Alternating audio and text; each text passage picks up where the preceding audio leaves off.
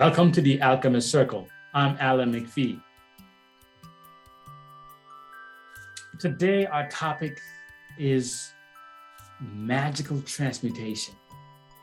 Previously, we talked about transmutation, and we define transmutation. Our working definition of transmutation is the radical change in kind or in substance of an object. Changing it in kind means we changed the form. Okay, we changed the form.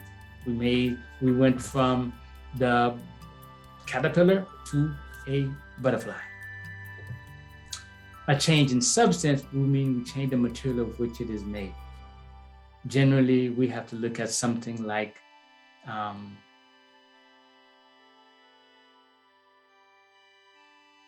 changing lead into gold, because substance means the material of which it is made. Now, I mentioned before that this word transmutation has some challenges, right?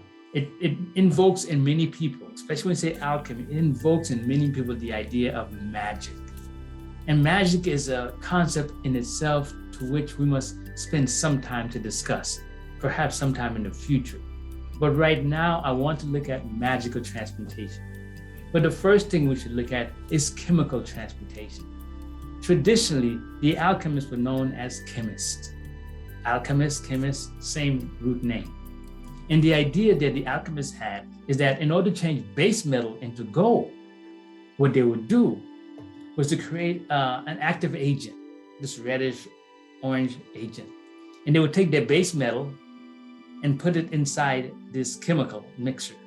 And they would bada bing, bada boom, change, and boom, you'd get your gold, which is something we try to do today. In fact, if you look at chemists and the idea of transmutation, it's still going on today, except for the gold isn't the metal gold. The gold is new medicine. The gold is new beauty products, right? We change the definition of the gold, what is valuable, because you have all these chemicals that's there by themselves. They may be inert, or they may be toxic or dangerous, carcinogenic in some way. But when you connect the right way, the chemical formula, you get a new medication that can remove a wrinkle, or you get a new soft drink, or a drink that gives you some power. The chemical industry is rampant, trying to create new things to make your life so wonderful. These are, it's a form of magic, but not the right use of the word magic. But most people are looking for the magic pill. Whatever problem I have, do you have a pill for that? Is there a cream for that? People are looking for the scientists, the chemists who work in this area to find that magic pill to solve all problems, cure all medical problems. Because once upon a time, that was the goal of the alchemist. It's still the goal of the alchemist, but that used to be laughed at. But that's what modern science, a lot in the health area, is trying to do. Well, in the cosmetic area, they're trying to make everyone live long and look beautiful forever. That's a multi-billion-dollar industry. All of these are root ideas in the traditional notion of alchemy. So they're still going on today. Now we're looking at it primarily in the chemical way, which is the way alchemy really started in the Western tradition. But it's always been another component to alchemy. There's a spiritual and magical side to alchemy. We will definitely have time to talk about the spiritual alchemy, since we are working on esoteric alchemy, alchemy of you and what's inside of you. But the word magic and alchemy is like very closely related. And if you say alchemy is magic, you often ruin the alchemist's work. Because magical thinking is not alchemy. Rather, the alchemists understand the way the world is made, understand the universality of everything, believe that if magic exists, we need to figure out how it works and how we can use it to our advantage.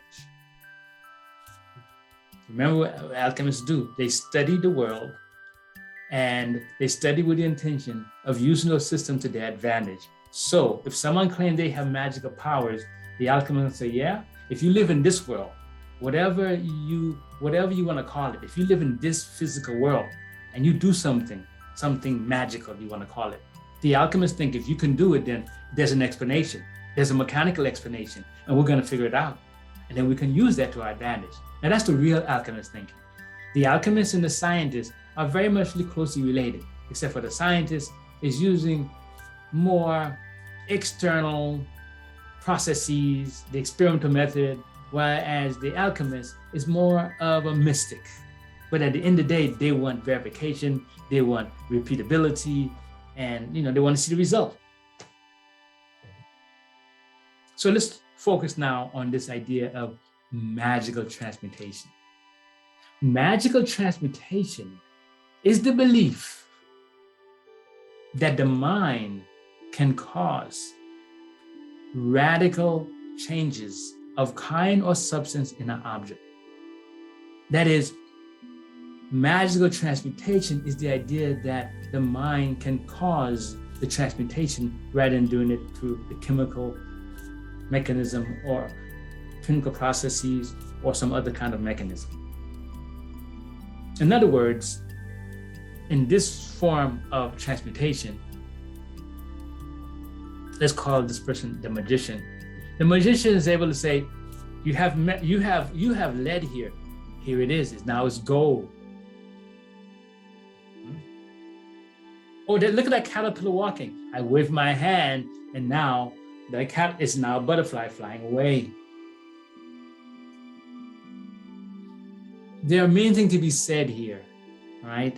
Mostly people think it's not true, but this is so popular that I can say this and everybody understand what I'm talking about. Why is that? Because it is a great theme in movies. It is a great theme in movies for so many years that we all understand to be how it works, even if we don't believe in it. Movies about witches. You see a movie about a witch, whatever, it's for children, maybe it's for adults now. We have many movies on the big screen for adults as well. And eventually the witch is gonna turn some man into a pig or man into a dog. In one movie I saw not too long ago, the witch changed a bird into a man because she needed an assistant. Those activities are magical transmutation. You change the bird into the human form. That's a change of form, a change in kind. You change a man into a pig, that's a change in kind. You change in body, but the same person is there now as a pig. We are so, how would you say it?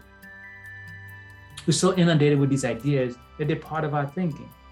And it's not like when you're looking at movies, you have what is known as suspension of belief. You enjoy the movies, the interaction, and so you walk away with that. And it's fairy tale that you accept. When you turn to your regular life, your regular world, you don't go around believing that witches can go on changing, men into dogs.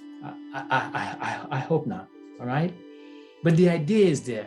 And all I'm saying is now, that what you're observing is that definition. Just see how it's used in Hollywood. There's a famous one that I like to think about. The X-Men, Mystique. This woman has the ability to transmute her form, right? She has this green kind of form, and then she could become a senator and just change everything. All her features, all her clothing become that person. Now, that would be a change in kind because she looks and sounds like that particular person. And she can do that with I guess, any person, anyone. But usually she's on a mission, so she changes to take on a particular form to successfully complete her mission. These ideas are there in Hollywood, but are they there in reality? I can say this, I'm gonna talk about this just a little bit. We have Jesus Christ, and Jesus Christ takes, what does he do? He takes the water and makes it into wine. It's something like that. You pass your hand, makes it into wine. Now, if that's a transmutation, yeah, that would be a transmutation. It is just like changing lead into gold, all right? If you change water into wine, it's like just changing lead into gold. So in this case, it will be a change in substance, like lead into gold, but it will be along that line. So in that religion, you have the same sort of thing. So these ideas are alive. And if you're going to be engaging in the study of alchemy, you got to know it comes with the territory. But my takeaway is this: don't go into magical thinking per se. Don't go around thinking you're just going to change things with your mind. Rather, understand that magical thinking is part of the field you're in. It's like, you sell your certain industry and there's certain things happening. And how you want to approach it as an alchemist, the way I'm recommending, is this. You say, if it is true, then we can discover how it works. If I want to focus on that area of study, I'm going to focus on that area. I will learn how it can work, and then maybe I'll have some experiment in which I make it work. You follow me?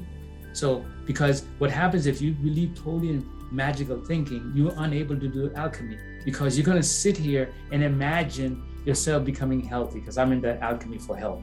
You sit there and imagine yourself becoming healthy. You don't alter your diet. You're not looking at any exercising. You're not studying the latest find in health. You just sit there and let it happen, okay?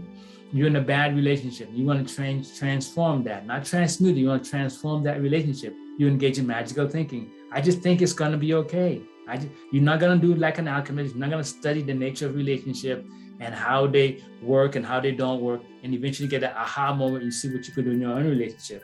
If you engage in magical thinking, your journey of alchemy is over, because you're going to sit and imagine solutions to complicated problems, or imagine yourself becoming great or wealthy or the best athlete by not doing anything whatsoever. I would say, if there's magic, and it can occur, even if you are, let's assume you're a magician can't just engage in magical thinking. Although we'll have to study it, if there is a magician and he can actually transform the world in certain ways, he'd be using energy, or she's be using energy, all right? And energy is always limited. You can only do so much. And then we have to consider factors of what exactly can you do, and how can you do it? I think we should maybe spend a little time and talk about magic beyond the magical transmutations. So today, I think I'm done. If you have any comments, if you are into Wicca, you want to share and add something more to what I'm saying, please, down below, share, go ahead and add your comment. Please subscribe, and also share this site, the channel with your friends, all right? Subscribe and share.